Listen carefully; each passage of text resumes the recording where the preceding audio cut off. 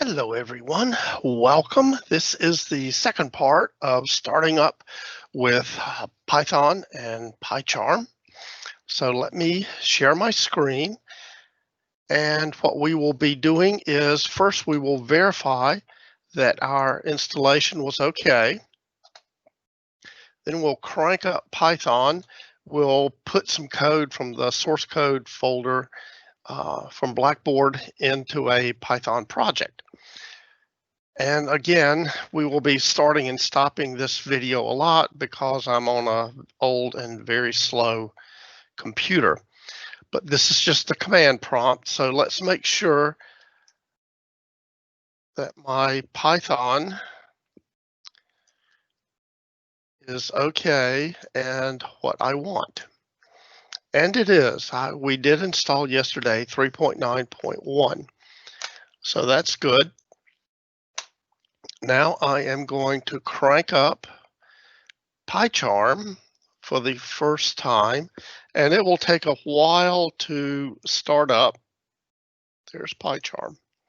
So I'll be stopping the video and we'll come back when something interesting happens.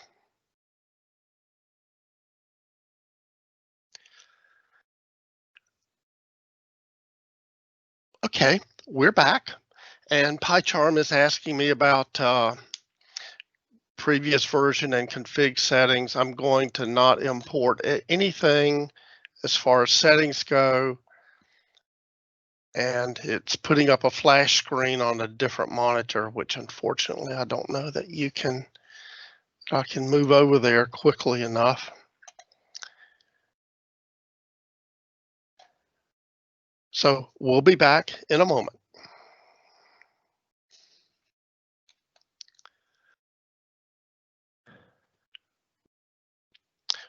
Welcome back. So now PyCharm is asking me what we want to do.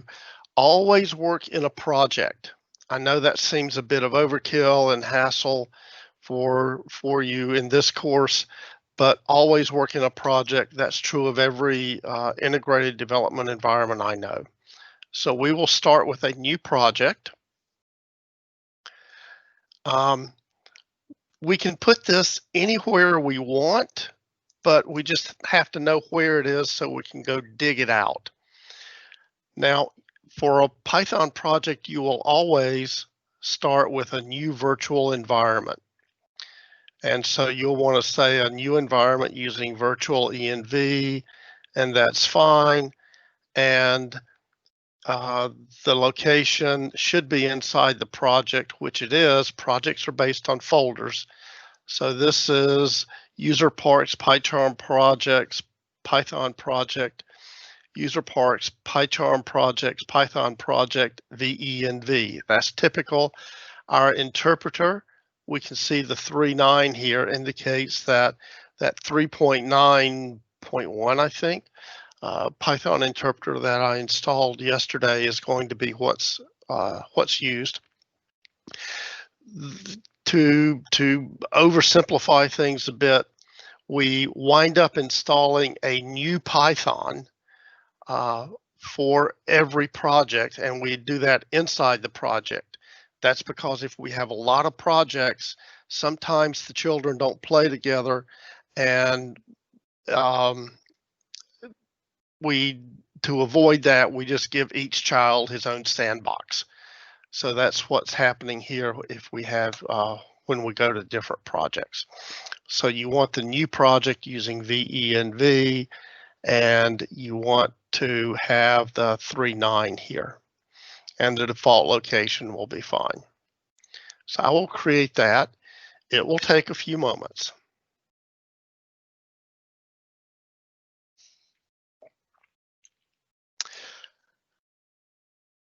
Okay, so things are finally starting to settle down. It's still scanning files to index here, so PyCharm is actually very slow to start up. And it's given me a little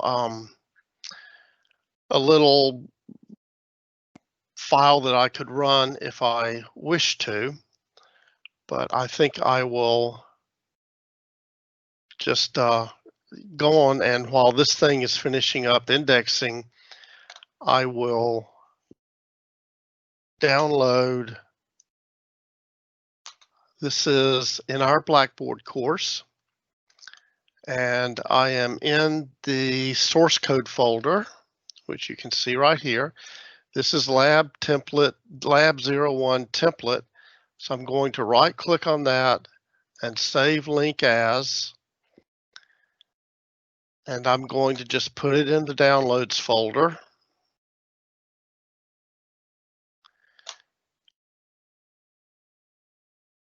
And I will show that in the folder. And I'll go on and change the name. I forget the exact naming convention we asked you to do on the lab, and certainly follow the lab instructions. But for the moment, I'm just going to call this jparkslab0.py. And I should be able to grab this and drag it onto the top of Python project right there.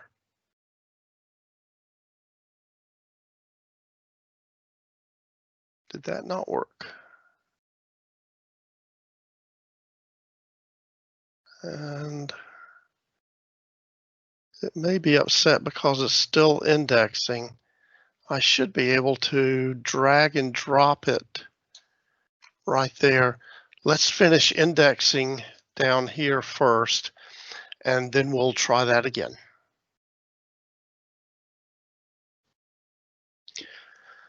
Okay, so we're back. PyCharm has finally quiesced down here. And I'm going to just right click on this file and copy it, click on the Python project up here, and paste that right there. So here is our file. And one thing about these Python source files, and I'll go back to the downloads folder to show this. If I right click on this and choose edit, this is good old Notepad, world's dumbest text editor. And you can see that this source file for Python is just a text file. Those are just characters sitting in there that I could go and modify as I wish and save them.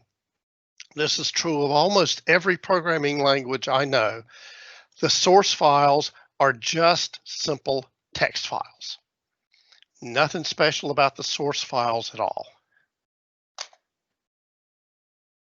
Now, if you're working with a compiled language, there are some files involved in there that are not source files, but you don't write those. Everything you write is going to typically be just a simple text file. So now I have my file, my program from Blackboard, and I will right click on this and I will just say run jparkslab01. And it says, please enter an integer down here. I'll do 55 and enter another one. I'll do 66 and enter a third one, and I'll do minus 100 just for funds. And what my program does, just straight out of Blackboard, is prints out the numbers are 55, 66, and minus 100. If I add them up, I get 21. If I multiply them all, I get minus whatever that is. The highest one was 66. The lowest one was 100. And a new value for X equals and Y. So let's see if we can just briefly go through this program to get some idea. We remember this is how you, these are default values for these. A is initially set to 3, B minus 2, C is 7. And these are variables. They're not variables in the mathematical sense, and I'll talk about that when we get together. And here I'm setting some more variables. You remember my prompt, please enter integer ... which was right here. And I entered 55. And so X was assigned a value 55. Similarly, Y was assigned the value 66. And Z was assigned the value -100. And this is where I printed the numbers. And so if you want to print values, this is how you do it in Python. The numbers entered are 55 and 66 and -100. If I want to add them, I'm calling the sum of X plus Y plus Z, I'm calling that S. And I can take the maximum value. What max does right here is takes those three values, whatever I entered, and it returns the maximum. Now, it does not identify which of X, Y, and Z is the maximum. It just returns the biggest value, okay? Similarly, for the minimum, and here's the product, and don't get hung up on the syntax here. Spaces are optional. In general, spaces don't mean anything. In fact, I could put spaces up here if I wanted to. And then I have this print where I'm saying the values are down. Oh, come on. The values are sum 21. Well, here the values are sum equal, and then it's whatever S's value was that I calculated from up there. And so I print the product here and the maximum here. And then I print the minimum, which is there. And then I have some if statements. And the way this works is, if X is greater than 0, then I will do these two things. I will set X equal to A times X, and I will set X equal to B times X. By the way, Python is case sensitive. So if I tried to say A here, that won't work because this lowercase a is not the same as that uppercase A. In fact, you see some ugly red stuff right there at that A. Python's telling me it has no idea what A is. You always want to keep things that are ugly red, like Carter Finley Stadium in the fall, away from your program, okay? If you see ugly red, something's wrong with what you've written. Now, if X was not greater than 0, then I would set Y to be those things. In fact, the fact that I'm setting X here means that I'm completely losing the value there. So I go to the trouble to calculate a value for X, and then I throw it away because I reassign X. X can only have one value at a time. Similar things are happening with Y here. And then I print that where I say the new value of X is -330 and Y is 66. So that's a quick tour of how you'll be doing your Python programs in this course. Again, this is not a programming course. A lot of what that lab is asking you is already in here, and what it's not asking you can be pretty easily modified, or you can modify this code to pretty easily do what you need to do. And I'll leave you with a question. What if X is 0? What of these things do you do? Okay, I hope that helps.